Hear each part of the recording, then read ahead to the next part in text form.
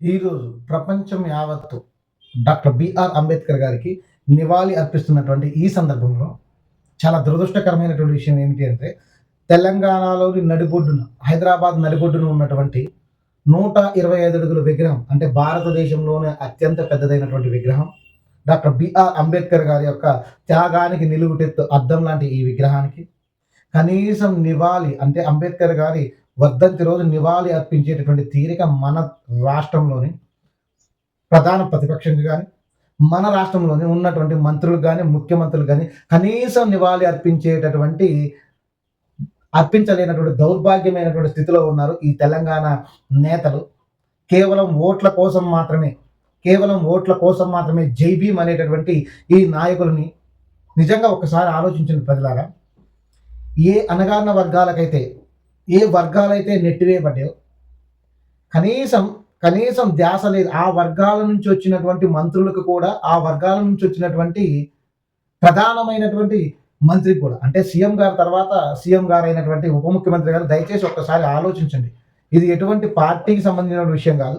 రేవంత్ రెడ్డి గారు ఒక్కసారి మీరు కూడా ఆలోచించండి. ఈ తెలంగాణ రాష్ట్రం సిద్ధించబడింది, తెలంగాణ రాష్ట్రం ఏర్పడింది డాక్టర్ బిఆర్ అంబేద్కర్ గారి రాజ్యాంగం వల్ల. మీరు ఈరోజు సీఎం సీట్లో కూర్చున్నారంటే దానికి ఏకైక కారణం తెలంగాణ రాష్ట్రం ఏర్పడడం. ఈ తెలంగాణ రాష్ట్రం ఏర్పడడానికి ముఖ్య కారణం మన రాజ్యాంగం. అటువంటి రాజ్యాంగ నిర్మాతని కాలరాసే ప్రయత్నం చేస్తున్నారు ఇటువంటి వ్యక్తులను. ఒక్కసారి పునరాలోచించండి ప్రజలారా. ఎందుకు అనంటే, రిజర్వేషన్లు అనుభవిస్తూ రిజర్వేషన్ల మీద ముఖ్యమంత్రులై, రిజర్వేషన్ మీద ఉప ముఖ్యమంత్రులై, రిజర్వేషన్ మీద ఎమ్మెల్యే సీట్లు తీసుకుని, రిజర్వేషన్ నియోజకవర్గాల్లో గెలిచి ఈ ప్రపంచానికే దిక్చూచి అయినటువంటి డాక్టర్ బిఆర్ అంబేద్కర్ గారికి తెలంగాణ రాష్ట్రంలో అతిపెద్ద విగ్రహమైనటువంటి 125 విగ్రహం, దాదాపుగా 147 కోట్ల వ్యయంతో నిర్మించబడినటువంటి విగ్రహానికే దిక్కు లేదు అంటే, ఒక్కసారి మన స్థితి ఏ పరిస్థితిలో ఉందో ఒక్కసారి ఆలోచించండి యావత్ ప్రజానికమా. అంటే ఇది ఏ పార్టీని విమర్శించడానికో కాదు, కానీ ఏ పార్టీని ఇంకా ఏదో దూషించాలనో కాదు, కానీ ఒకసారి మనకు కూడా ఆలోచన రావాలి, పునరాలోచించుకోవాలి.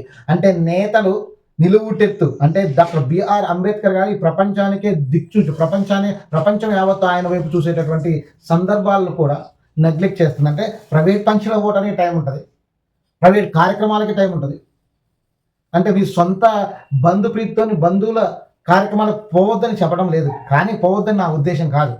కానీ ఏ అణగారిన జీవితాల్లో వెలుగులు నింపారో ఆ వ్యక్తికే ఈరోజు అవమానం జరుగుతూ ఉంది అంటే ప్రజల ఒక్కసారి గమనించాల్సిన అంశం ఏంటి అంటే, ఇవన్నీ డైవర్షన్ పాలిటిక్స్. కనీసం నేడు రాజ్యాంగాన్ని నిర్మాతను అవమానించి చూద్దాం, రేపు రాజ్యాంగాన్ని అవమానిద్దాం, రాజ్యాంగాన్ని తీసేద్దాం అనేటటువంటి ధోరణికి ఇది నిలువుట అర్థమని చెప్పడం జరుగుతూ ఉంది. ఒకే ఒక్కసారి నేతల తీరును పసిగట్టండి అనేటటువంటి ఒక ఉద్దేశంతోనే ఈ వీడియో చేయడం జరుగుతుంది. కానీ ఒకసారి మీరంతా ఆలోచించుకోవాలి.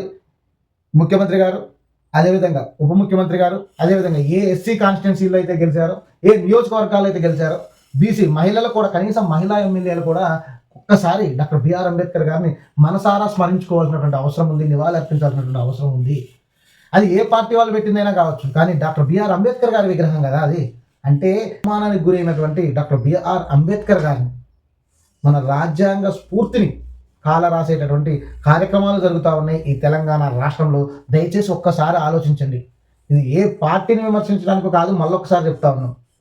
కేవలం ఎంతోమంది, అంటే ఇక్కడ ఒక అంశం కూడా ఉంది. ఆర్ఎస్ఎస్ నుంచి వచ్చినటువంటి రేవంత్ రెడ్డి గారికి డాక్టర్ బిఆర్ అంబేద్కర్ గారు అంటే స్వతహాగా ఎటువంటి గౌరవం ఉండదు అని ప్రతిపక్షాలు చెప్పే మాటలకి, సామాజిక వేత్తలు చెప్పేటటువంటి అంశాలకి ఇవి బలాన్ని చేకూరుస్తాయి అనేటటువంటి మరొక విషయాన్ని గుర్తు చేయడం జరుగుతూ ఉంది. కాబట్టి దయచేసి ఒక్కసారి ఆలోచించండి. ఈ మహానుభావుల యొక్క మహనీయుల యొక్క త్యాగాలను స్మరించే విషయంలోని ఎవరు కూడా అశ్రద్ధ చేయొద్దని మరొక్కసారి మీ అందరికీ జైభీములు తెలియజేస్తూ, మరొక్కసారి ప్రజాప్రతినిధులారా ఈ దిశగా ఆలోచించండి.